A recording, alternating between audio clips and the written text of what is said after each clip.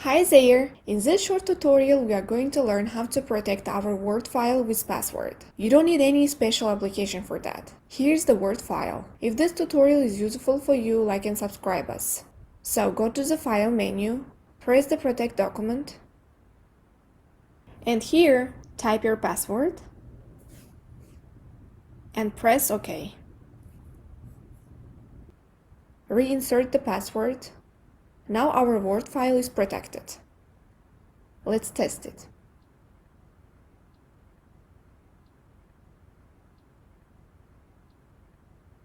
It is working. And hang on, one more thing.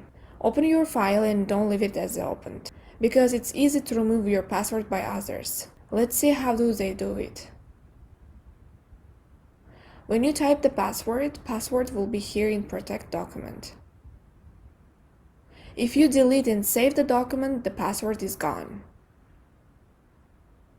No password anymore. That's why don't let others to delete your password and get your documents easily. We hope you like it and share it with your friends. Comment below your opinion, whether this tutorial helped or not.